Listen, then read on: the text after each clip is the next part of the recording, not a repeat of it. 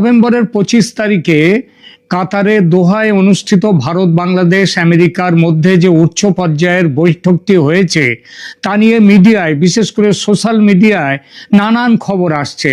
এমন খবরও কেউ কেউ দিচ্ছেন যার সঙ্গে বৈঠকের কোনো সম্পর্কই নেই। একটি চ্যানেলে বলতে শুনলাম ভারতের পক্ষে থেকে নাকি এই বৈঠকে হাজির ছিলেন উচ্চ স্তরের 3 জন ইন্ডিয়ান সিভিল সার্ভিস বা ICS অফিসার। যিনি বলছেন কথা তার সম্ভবত জানা নেই যে ভারতের শেষ ICS অফিসার নির্মল কুমার মুখার্জি 1980 সালে চাকরি থেকে অবসর নেন। একটা কথা এই প্রসঙ্গে বলি, ভারতের প্রথম ICS অফিসার ছিলেন রবীন্দ্রনাথ ঠাকুরের দাদা সত্যেন্দ্রনাথ, আর শেষ ICS ছিলেন নির্মল মুখার্জি। দুজনেই বাঙালি। আজ বাঙালি IAS অফিসারের নাম খুঁজতে হলে দূরবীন লাগে। থাক সে কথা। কে কে ছিলেন দোহার মিটিংয়ে? না, কোনো টার্কিশ বা তুরস্কের আমির ছিলেন না, এটাও আবার দু একজন বলেছেন। তুরস্কে কোনো আমির নেই। বৈঠকে কাতারের পক্ষ থেকে ছিলেন সেখানকার আমির। ভারতের পক্ষে থেকে ছিলেন জাতীয় নিরাপত্তা উপদেষ্টা অজিত ডোভাল ও পররাষ্ট্র সচিব বিক্রম মিস্ত্রি। বাংলাদেশের পক্ষ থেকে জাতীয় নিরাপত্তা উপদেষ্টা ছিলেন খলিলুর রহমান, তিনি ওই বৈঠকে। এবং মার্কিন যুক্তরাষ্ট্রের পক্ষ থেকে ছিলেন 3 জন দোহা ভিত্তিক আমেরিকান কর্মকর্তা, আমেরিকার রাষ্ট্রদূতে, যারা রাষ্ট্রদূতের অফিসে হিসেবে যারা কাজ করেন, যারা নিরাপত্তা ও কূটনৈতিক কাজে নিয়োজিত। অন্যান্য উপস্থিতির মধ্যে কে ছিলেন? ছিলেন আবদুল্লাহ বিন মোহাম্মদ আল খুলাইফি, কাতারের সাবেক স্টেট সিকিউরিটি এজেন্সির প্রধান, বর্তমানে কাতারের আমিরের অফিসে প্রধান নির্বাহী, মানে সব থেকে বড় অফিসার। তার পদবি হচ্ছে এখন হেড অফ আমিরি দিওয়ান, এবং সঙ্গে ছিলেন তার 1 জন কিংবা 2 জন সহকারী। নয়াদিল্লির নির্ভরযোগ্য সূত্র থেকে পাওয়া এই বৈঠকের পুরো খুঁটিনাটি আমি অনেক পরিশ্রম করে এখন পেয়েছি। কারণ সরকারিভাবে ভারত, বাংলাদেশ বা আমেরিকা কিংবা কাতারের পক্ষ থেকে কোনো কথা আধিকারিক স্তরে এখনো প্রকাশ হয়নি।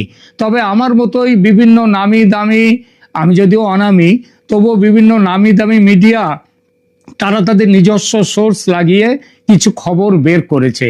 তাদের সঙ্গে আমি আমার পাওয়া খবরটা ক্রস চেক করেছি এবং তার ভিত্তিতেই এই প্রতিবেদন।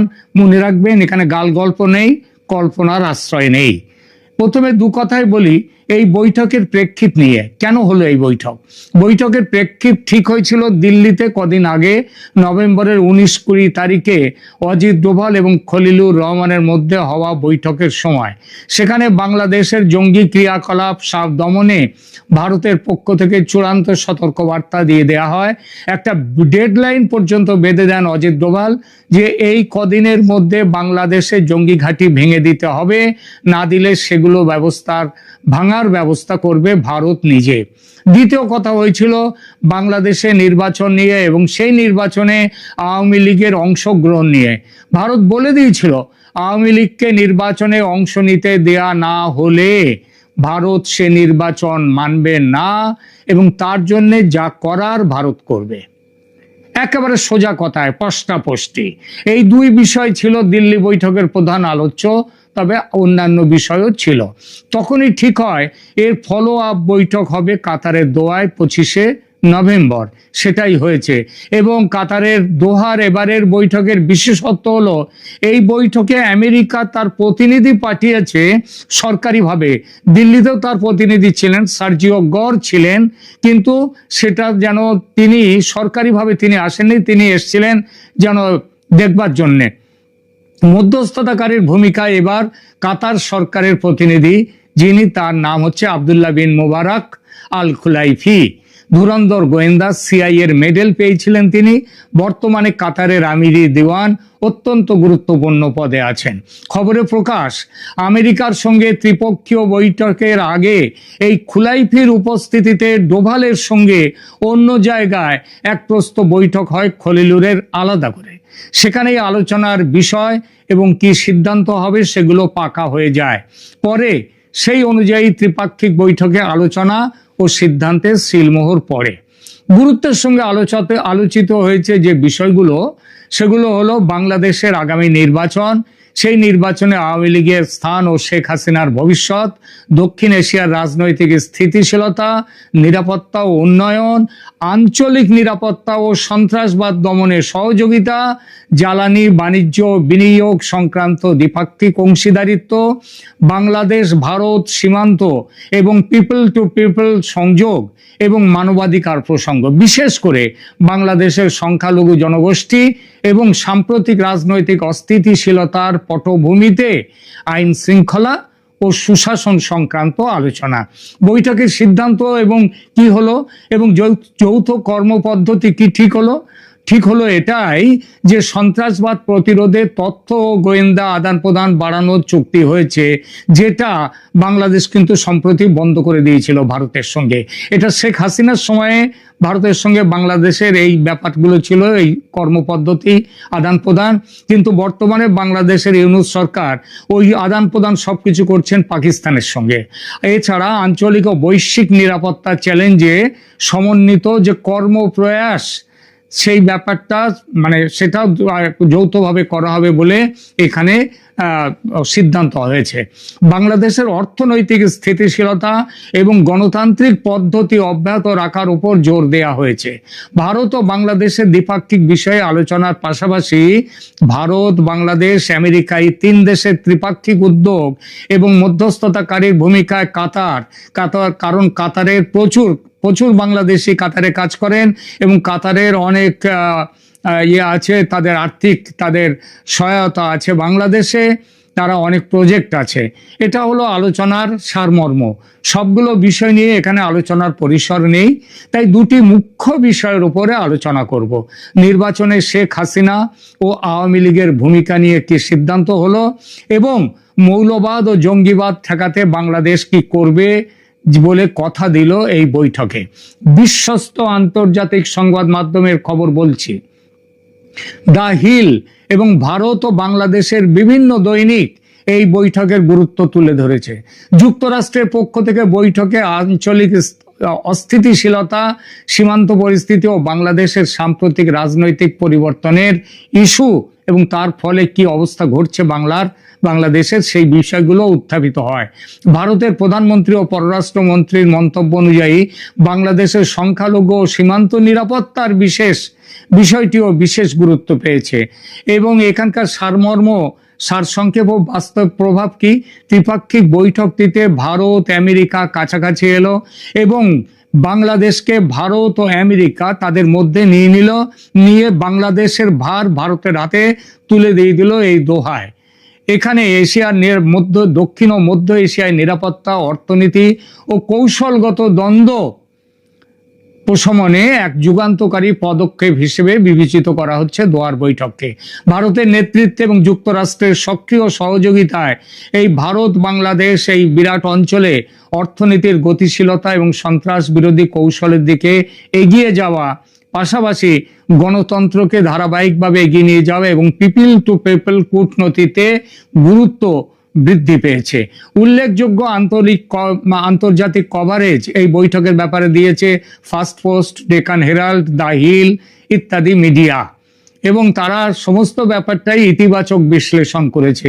বিশেষ করে তথ্য আদান প্রদান ও আঞ্চলিক নিরাপত্তা সংক্রান্ত যে প্রতিশ্রুতির কথা এখানে সিদ্ধান্তে এসেছে, মানবাধিকারের প্রসঙ্গ, আভ্যন্তরীণ স্থিতিশীলতা নিয়ে যে আলোচনা হয়েছে সেটা এই মিডিয়া রিপোর্টে গুরুত্ব পেয়েছে। এখনো পর্যন্ত কোনো বৈঠক সংক্রান্ত প্রকাশ্য সরকারি পূর্ণাঙ্গ যৌথ বিবৃতি না পাওয়া গেলেও ওপরে বর্ণিত বিষয়গুলো বিশ্বাসযোগ্য আন্তর্জাতিক ও খুব সাম্প্রতিক প্রিন্ট মিডিয়া, অনলাইন মিডিয়া এবং বিভিন্ন মিডিয়া রিপোর্ট দ্বারা নিশ্চিত হয়েছে। সুতরাং বিশ্বাসযোগ্যতা ও সূত্র যাচাইকরণের দিক থেকে the Hill, Deccan Herald, Firstpost এদের যে অফিসিয়াল রিলিজ সেটা খুব গুরুত্বপূর্ণ। 25শে নভেম্বরের এই বৈঠকের আগে ভারতের পররাষ্ট্রমন্ত্রী জয়শঙ্কর দোহা সফর করেছিলেন 15 থেকে 18 নভেম্বর গত সপ্তাহে। সেটা ছিল প্রধানত ভারত কাতার দ্বিপাক্ষিক আলোচনার জন্য। তিনি কাতারের প্রধানমন্ত্রী ও পররাষ্ট্রমন্ত্রী শেখ মোহাম্মদ বিন আব্দুর রহমান বিন জাসিম আল থানি এবং কাতারের আমির তামিম বিন হামাদ আল থানির সঙ্গে আলোচনা করেছেন। মনে রাখবেন, কিছুদিন আগে ইউনূস সাহেব গিয়েছিলেন, তিনি কাতারের আমিরের সাথে দেখা করতে চাইছিলেন, আমির দেখা করেননি, ইউনূসকে ফিরে আসতে হয় আমিরের মায়ের সাথে দেখা করে। সরি, এই যেগুলো বৈঠকগুলো জয়শঙ্কর করেছেন, সেখানেও শক্তি, বাণিজ্য, বিনিয়োগ, মধ্যপ্রাচ্যের পরিস্থিতি ইত্যাদি নানান বিষয় ছিল।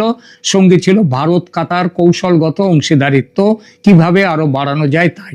আর তারপরে এই প্রকৃত ত্রিপাক্ষিক বৈঠক। এবারের বৈঠকের গুরুত্বপূর্ণ বিষয়গুলো তো কথা তো আগেই বলেছি, শেখ হাসিনার ভবিষ্যৎ এবং সরি, খুব কাশি হয়েছে। সেগুলো হলো শেখ হাসিনার ভবিষ্যৎ এবং আওয়ামী লীগের ভূমিকা, বাংলাদেশের আসন্ন নির্বাচনে কিভাবে আওয়ামী লীগের ভূমিকা থাকবে সেই ব্যাপারটা। এছাড়া তো রোহিঙ্গা শরণার্থী প্রত্যাবাসন ইত্যাদি নিয়েও আলোচনা হয়েছে।